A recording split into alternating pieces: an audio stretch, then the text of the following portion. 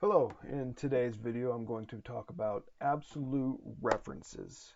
I'm Tyler Lewis with Lewis Excel. I'm the data and spreadsheet specialist. Let's get started. All right, I have a really little bit of amount of data here. And basically what it is we have a few employees with their yearly salaries that they have, and we're going to compute it into their new salary. And what this company has decided to do is to give a blanket raise to everybody in the company of a 12%. And to calculate this, it's really easy when you're doing absolute references. That dollar sign up in your formula box. So what we'll do is we'll type in a formula to get the new salary, which is we got this salary plus 12% of what their old salary is, right? So we're going to go that cell B2 plus, and just like in order of operations, we want to put in parentheses the cell again, their old salary, timesing it, multiplying it by the new percentage rate. We'll bracket those for the order of operations, where the bracket will be computed first before this old salary. So it'll be the old salary plus the 12%, right? And we're going to push enter. That is really simple, really easy. Now in Excel, you can copy this down by dragging the arrow button or dragging this little box. When it turns into a plus, you can drag it down just like that, and it'll copy everything down. And it'll make this same formula. But now this is what I wanted to show you. I didn't do absolute referencing, so I didn't put, if you notice, a lot of times people put the dollar sign in front of their values. And the reason why is because now when you look at this, you can see all the cells that this formula is referencing B2, and it's referencing F1, correct? Now if I go down here, I would like it to continue on referencing the 12%, okay? But if you look at this one, it references down here. It moved. So when we copied this down, all the references moved one cell down. So now it's B3, which is good, but F2, there's nothing in F2. You want to keep that as F1. So we're going to delete these, and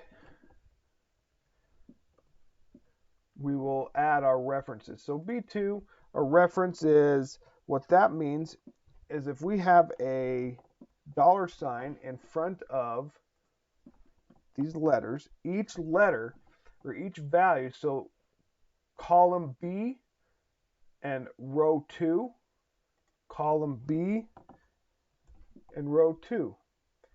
Since I have the dollar sign in front of each one, that means no matter what, when I copy it over, this will never change. It'll always stay B, column B, and in row 2.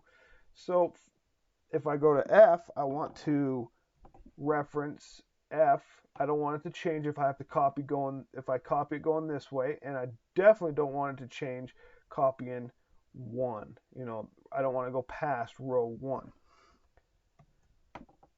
Enter. Now, this is what this will show. Since I've changed B2 absolute reference, now this is not going to change. So if I copy, every column will read $139,181.28. Copy it, exact same, because it's staying the same reference. What you'd want to do is, if we want to change our rows, if we want to allow our rows to change, let's not add an absolute reference to the rows. Now this will be exactly what we want.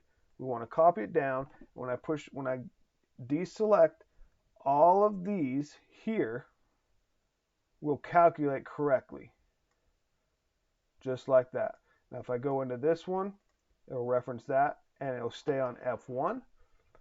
If I reference this one, it'll move it down, but it'll stay on F1 because I wanted to keep it on row 1 in the F column, no matter what. What that means is if I calculate here, if I copy it this way, column B is staying the same, so it will stay in the columns, right? If I were to take off the absolute referencing to the columns here, so I just leave those normal as B2, and I copy this over one more, it's going to do the, it'll reference C, column C, right there, see? Column C, but it stayed F1 because I referenced the column and the row. So wherever when we talk about absolute referencing or fixing, I want to keep my value fixed, my formula fixed. That is, in a sense, adding these dollar signs to either column or the row, wherever one you do not want to change. That is everything that you need to know about absolute referencing. There's many times in Excel when you're creating spreadsheets, creating data, absolute referencing is a must. And so if you like the content here, please like and subscribe. And for more, I will see you in the next video.